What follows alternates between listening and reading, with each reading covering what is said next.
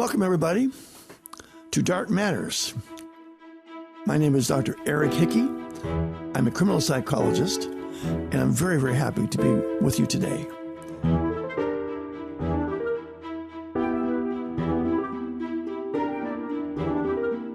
Please like us, subscribe to us, and follow us on social media. If you want to contact us, please go to our contact page at our website, and we will respond to you. So I want to do a little bit of introduction again.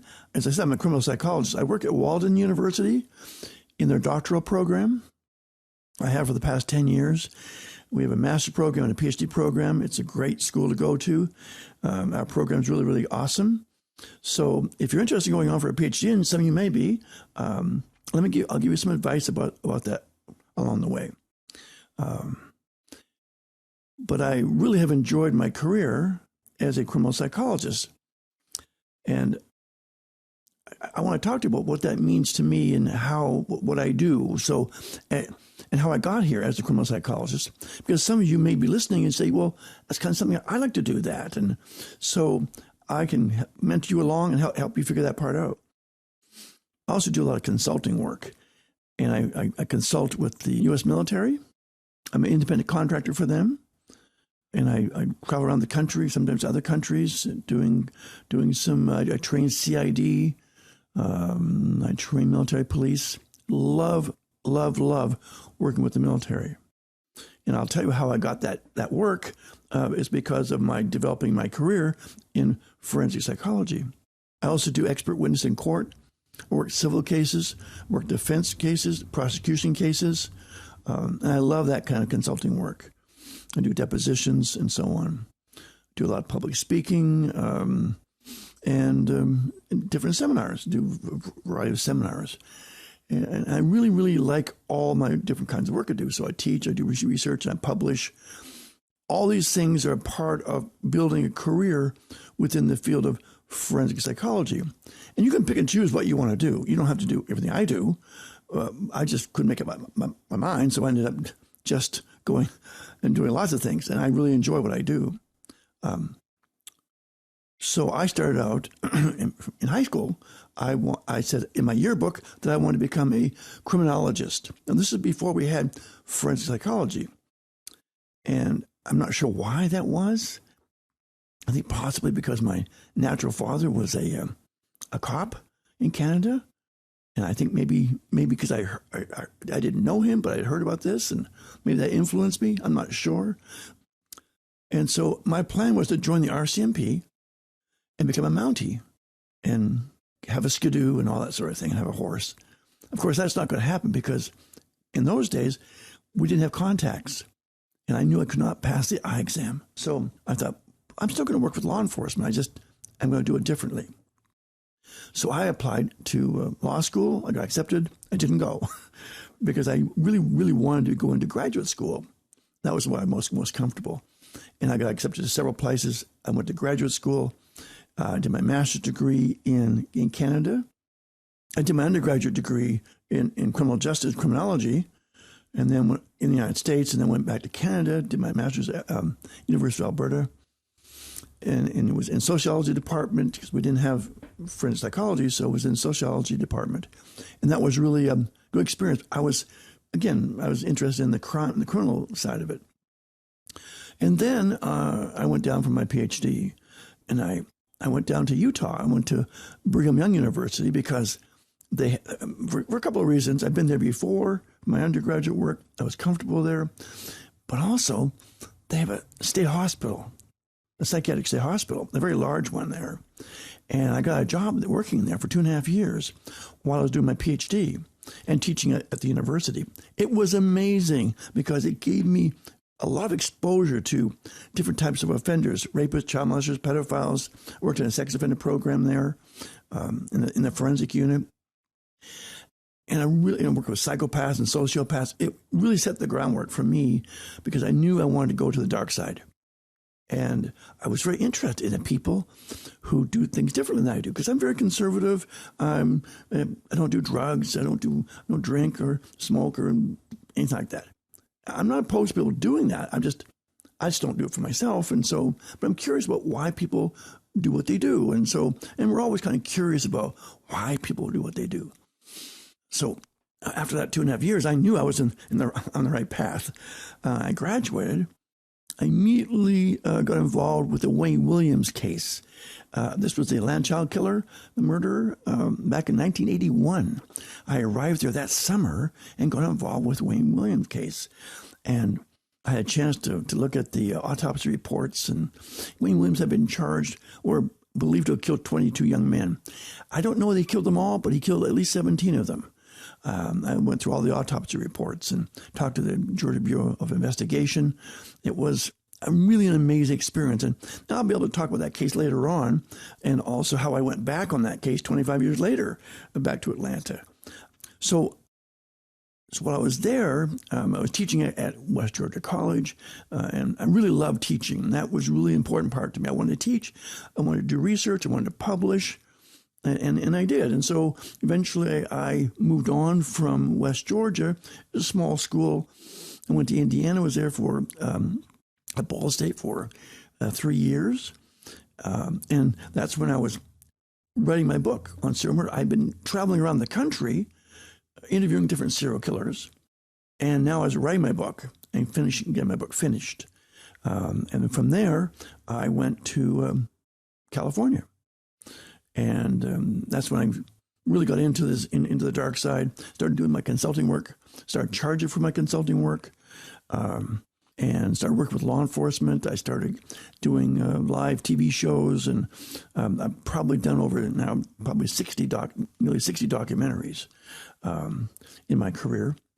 And many times I've been on newscasts where I've been able to give my opinions and so forth. So it's been an interesting career because most academics don't want to be on television. It's not that I really wanted to be on TV, but I knew it was a way for people to see what I do. Okay. And as a result of that, of course, it helped me in my consulting work because people would hire me because they saw me on TV. And so this has been really helpful. My journey will be different than your journey if you come this way. If you decide to go to the dark side and come into one of our programs and study criminal psychology, your pathway will be a little bit different, but similar. You'll have things that you'll do that'll be similar to us. So in our field, we have threat assessment and risk management. My areas, I focus on sex crimes, homicide, different types of homicide, serial murder, mass murder. I focus on stalking, domestic violence. This is the hardest part, child abuse. And these are things that it's very dark, but somebody has to do it. And so one of the main areas I focus on now is criminal paraphilia. And we'll have a lot of time in the next couple of years to go over and get into these types of cases I deal with in criminal paraphilia. And fascinating, absolutely fascinating. So people had not done any research in those areas. Going back into my undergraduate work, I think it was my second year as a sophomore. The instructor was a police chief, and he passed out a sheet of paper with these words on it that I was not familiar with at the time. Oh my gosh, like voyeurism, exhibitionism, frauderism. Well, that was all about paraphilia. Which is sexual interest and sexual arousal and gratification through bizarre imagery and acts. And I knew nothing about that. Well, now I've written books about it. So that I saved that piece of paper, and many years later ended up, as I said, writing a book on that topic. And that has led me to so many different places. So it's been an interesting journey because you develop certain skill sets as you go along. So when I say that I'm a criminal psychologist, it's kind of like being a forensic psychologist. I just don't do therapy. In many places, people, when they call themselves a forensic psychologist, that means that they have a license, that they're clinicians, that they do therapy with inmates, or they have private practice and they do therapy with people. I don't do therapy. I'm a behavioral analyst. I love my work. And so if I do an assessment, sometimes I do assessments, but they're non-clinical. And then I might do it before the courts and so on. So I really enjoy this kind of work because I get to do everything I'd like to do. Someone asked me one day, well, what if you won the lottery? I give it away because I don't want to manage money. I love my career.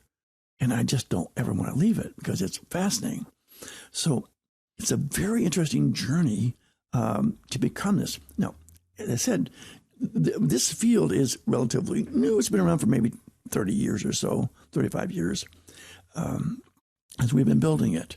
And when I started, there was only 3 or 4 people in the country that were in Canada and the U.S. that were actually working in this area, trying to figure out what this is all about. One was Bob Bressler from the FBI. Another was Elliot Layton. He was an anthropologist over in Newfoundland, Canada, and myself, and a couple of other good people that over the years helped put this thing together unknowingly and drawing other people into it. One thing about my field is that you can never get bored. It's not for everybody, but if you're in this field and you understand this, and you want to understand why people do what they do, you'll never be bored. You'll always have work to do. And it's satisfying because what if you can create positive social change? What if you can save someone's life? What if you can protect children? And this is why I do this, because I really have a desire to make the world a better place. And so we all have different ways to do that. And mine is through my publications and through my teaching and my research, my presentations, my documentaries. All of this, to me, is I'm hoping will save people's lives and protect people. So that's why I do what I do. It is a fascinating field to be in. We develop certain skills as we move through into our fields. And some people are really good at analyzing suspects, interviewing psychopaths or sociopaths. I train people how to interview psychopaths and sociopaths. And you think about that, well, we all develop certain skill sets. And for me, over the years, I've gotten really comfortable, especially analyzing men. I'm not probably as good at analyzing women as I am with men, because I work primarily with male offenders. I have some female offenders as well, but primarily men. And so it's given me an opportunity to really drill down into how they think, how they behave, and how do we interview a psychopath, a sociopath, and there are different ways to do that, and so that kind of develops your expertise. So where did it all come from? I remember, like for example, I was in a store one day, and I saw a man I'd never seen him before, but I had a feeling about him. A feeling. I felt like I should go speak to him. He looked a little bit different from other people in the store, but just I had a feeling I should speak to him, and so I did. And we started talking, and he was friendly, and he said he was from Chicago. I said, "Oh, wow, I'm going to Chicago next week on a case." And I said, "Well, what brings you to California?" He said, "My mother tried to kill herself, and so I came out here to take care of her." And I said, "Oh my gosh, I know who you are. You're Jeffrey Dahmer's brother, aren't you?" And he goes, "Yes, I am. How'd you know that?" I said, "I didn't know. I've never seen you before. I had a feeling about you." We became friends. I went to Chicago with him, spent a week with him in Chicago. And because of that interview with him, I got to interview his mother. Oh my gosh, that just opened up all kinds of avenues for me professionally. The things that she told me and that I was believing would happen, but to have her confirm what I was believing about Jeffrey was amazing. And we'll get into his case completely a little bit later on in a different podcast, but that led me to interviewing necrophilic serial killers, joining a cold case review team. And it got me writing a book on necrophilia. It just was amazing with that one impression. And so I've been thinking about this. There are many things in our field that can help shape us. And sometimes it's these personal experiences that we have. One time I was in an airport. I was in Montreal airport. And I'm waiting for my flight home. It's Christmas time. And I've been living in France for a couple of years. I came back and waiting for my flight. I look across the way and I see this man. I'd never seen him before, but he looked interesting. And there's something about him. I didn't know what it was. I felt I should go speak to him. So I did. And I walked across the gate toward him. As I approached him, got close to him, I had a feeling I should ask him a question. And so I did. I said, "Excuse me, sir, is your name Granville?" And he said, "Yes, it is." "How did you know that?" I said, "You're my father." And he looked at me and goes, "You know, I am your father, aren't I?" I said, "Yes, you are." And that's how we met. I'd never seen him before. It was quite something. And there was a reason I needed to meet him. I'm glad I met him. I mean, at the time, he really wasn't all that interested in being my father, but to be able to meet him and kind of put things in place. He was a World War II veteran. He'd been injured overseas, and he was a functional alcoholic, but he was a cop, and he was apparently a very good cop. But that's not a whole other story. The important thing is that you should think about the feelings you might get about people, because everybody has a story. And I've never met somebody that I said, "This person's boring." There's always a story behind everybody. And that's why I'm always interested. So as I realize this, as you're developing your field, to become a criminal psychologist or a psychologist, clinician, you have to develop critical thinking skills. And a lot of people go, "Well, what is that? What do you mean skills?" Well, I didn't know when I started, but it's not just about the purpose of critical thinking, which we'll get to in a minute, but it's also about the characteristics you must have to become a really good critical thinker.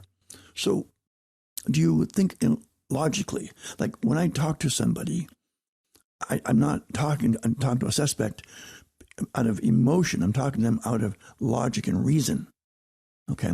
So that's really important that I can do that rather than get emotional. Like I have biases, right? I have biases about people who harm children. A lot of us do.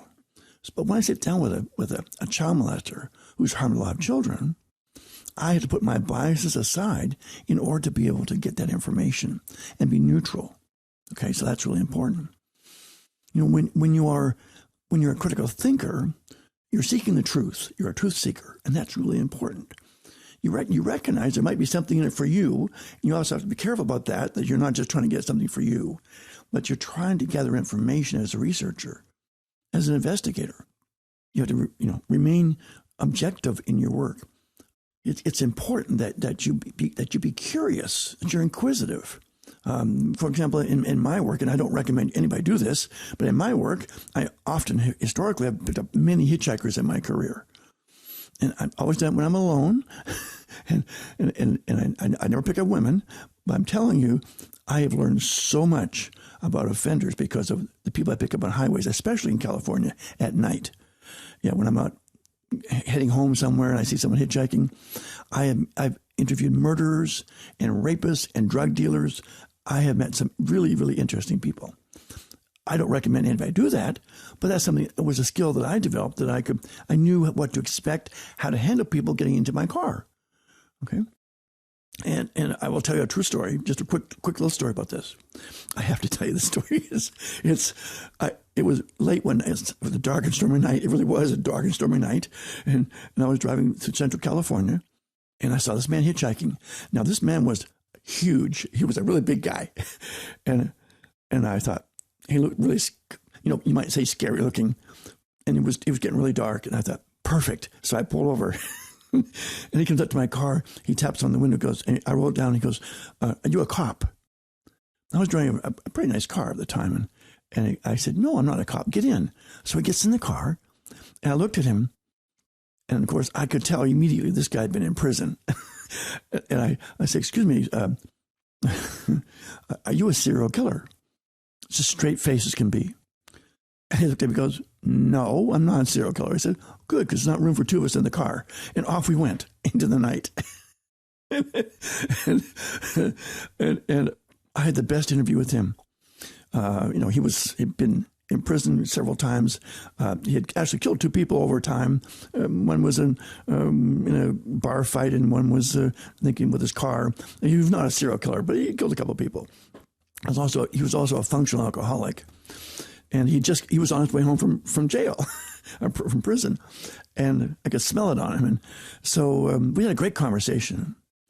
And because of that, of course, at the end, they always ask you for money, right?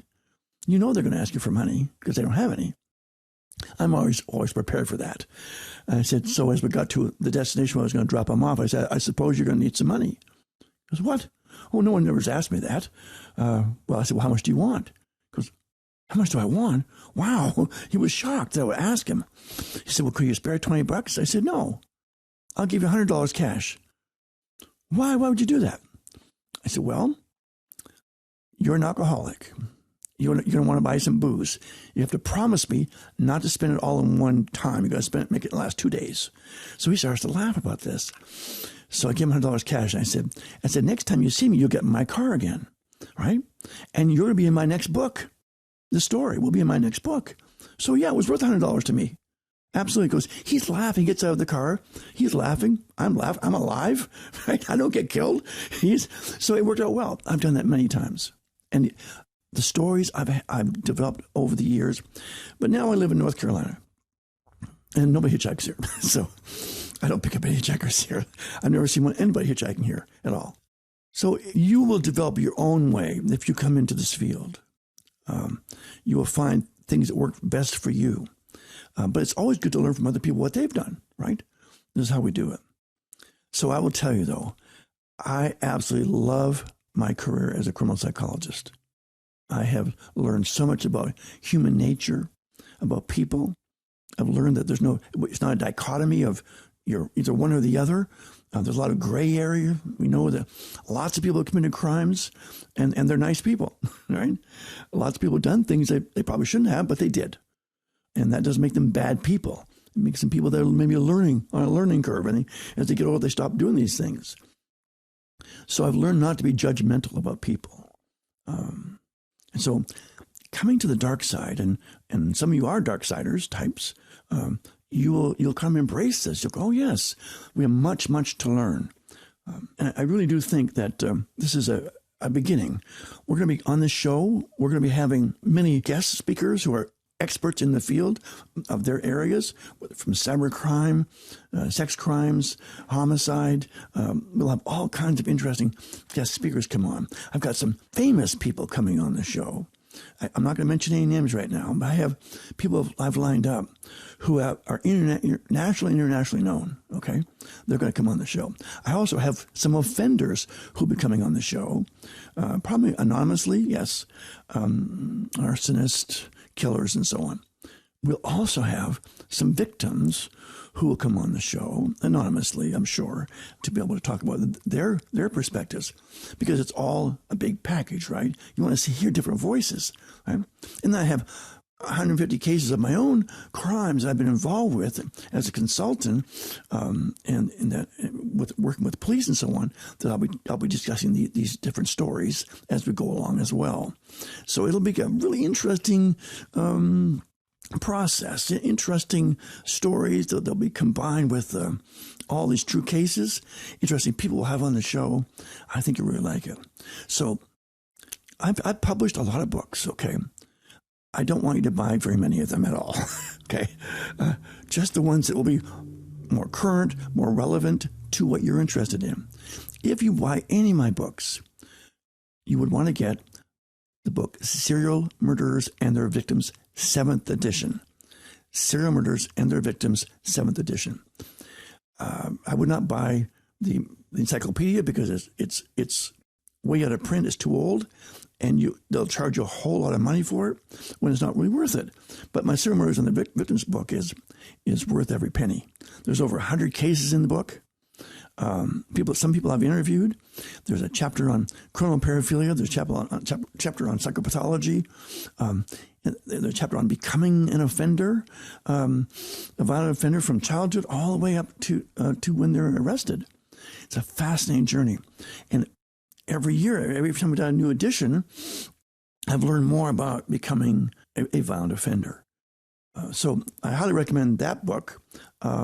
Yeah, and so that'll be my little push, my little commercial for you today. But again, like us, subscribe to us, follow us on social media. Look for us on our next podcast. I'm going to talk about my interview, and I interviewed many serial killers, but I'm going to talk about one specifically on this particular upcoming podcast. a fascinating interview with a serial killer, okay, that you've never heard about before. Absolutely fascinating, because we know about all the really well-known serial killers, but there's a lot of serial killers that have killed many more people who have never been interviewed, have never gone public so much. And so I've had a chance to interview some of these people. So we'll have that interview. I'll be able to, he won't be on the show, but I will be on the show and talk about my interview with him and what we learned from this person and where we are today.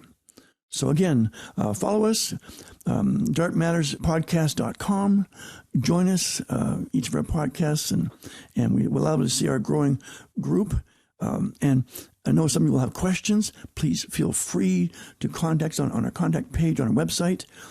Eventually, we'll be having some podcasts. There'll be live podcasts where you'll be able to subscribe to those and join those and be able to ask me questions directly on a live discussion. So we'll be doing that as well. All right. So great to have you here, and thanks for listening today. And we'll be talking to you soon. Don't forget now, come to the dark side.